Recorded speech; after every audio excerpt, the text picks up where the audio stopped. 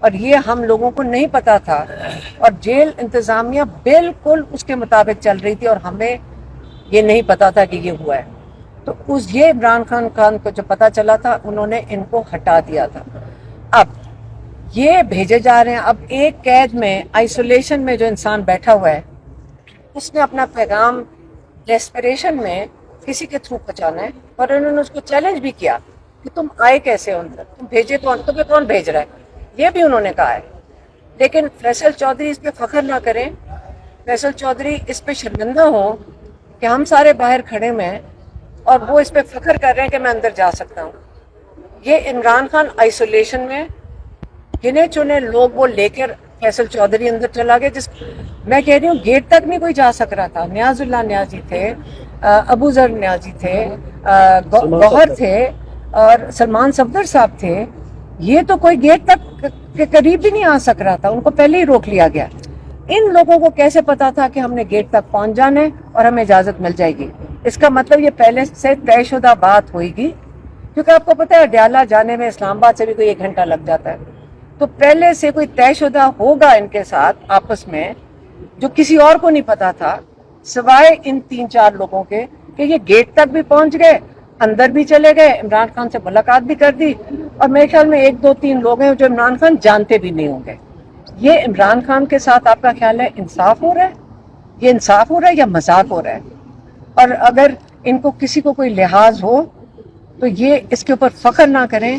آپ, یہ رونے والی بات ہے سب کے لیے کہ آپ اس چیز پہ فخر کر رہے ہیں کہ آپ نے عمران خان کے جو لائز ہیں ان کو ریپلیس کر دیا اور خود چلے گئے اندر. اور عمران خان کہہ رہے ہیں کہ مجھے پیغام بھیجا کہ سلمان صفدر سے میں مل نہیں سکا, تو اس کے اوپر ٹویٹ کرو کہ سلمان صفدر سے میری ملاقات کی نہیں. کیا ہم کریں سوائے میرا یہ خیال تھا کہ ہم کورٹ میں آ کے یہاں پہ جو چیف جسٹس ہے ان سے بات کرتے ہیں. تو ابھی ہمیں کیونکہ جانا پڑ گیا تو ہم چلے جائیں گے.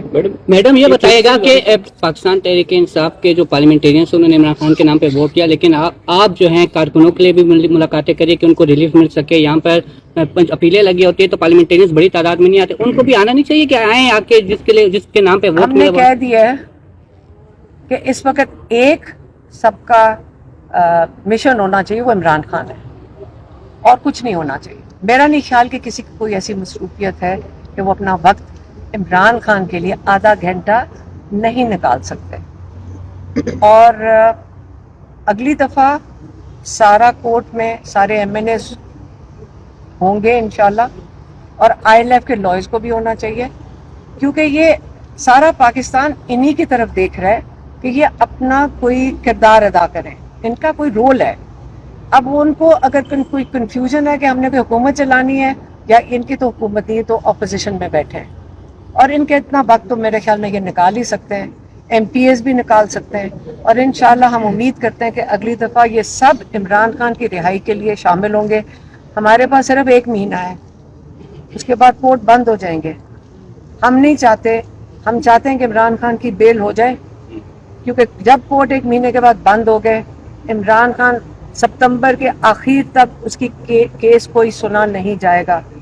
اور پوری گرمیاں عمران خان بیل کے اگر نہیں ہوتی ہے, 2 کیسز ہیں سارے, ایک لاہور میں اور ایک یہاں پہ. تو میڈم کیا سمجھتی ہیں یہ کیس کا ڈیلے جو اس لیے ہو رہی ہے کہ کہیں گرمیوں کی چھٹیاں ہو جائیں تو یہ ستمبر تک یہ معاملہ چلا جائے؟ یہ جان کے ہو رہا ہوگا, لیکن ہم نے تو اپنی کوشش کرنی ہے نا, ہم نے تو امید رکھنی ہے ججز سے. ضرور انشاءاللہ سب کے ضمیر جاگ سکتے ہیں, اللہ تعالیٰ ان کے دلوں میں ڈالے گا کہ انصاف دے دو. اگر کوئی سے پریشر ہے, اس کا مقابلہ صرف ایک چیز سے ہو سکتا ہے کہ اللہ تعالیٰ کے اوپر یہ اعتبار کریں, اور اگر انصاف دیں گے اللہ تعالیٰ ان کے دل میں ڈالے گا اور انشاءاللہ یہ انصاف دیں گے. ہم امید نہیں چھوڑیں گے. میڈم چیف جسٹس نے آپ کو یقین دہانی کروائی تھی اسپیشل آپ کو کہ آپ کی ملاقات جو ہے وہ کیونکہ وہ میٹنگ میں اور ہمیں جانا پڑا ہے. لیکن میں آپ کو یہ بتا دوں, چیف جسٹس کی بہت توہین ہو رہی ہے, ججز کی بڑی توہین ہو رہی ہے, پولیس لوگ والوں کے ہاتھوں ہو رہی ہے. اور یہ ججز کو خود ریئلائز کرنا ہوگا, خود دیکھنا ہوگا کہ اگر ہمارے احکامات کی یہ پنجاب پولیس کر رہی ہے تو آگے چل کے کون سے احکام مانیں گے؟ جو دل کرے گا مان لیں گے, جو دل نہیں کرے گا نہیں مانیں گے.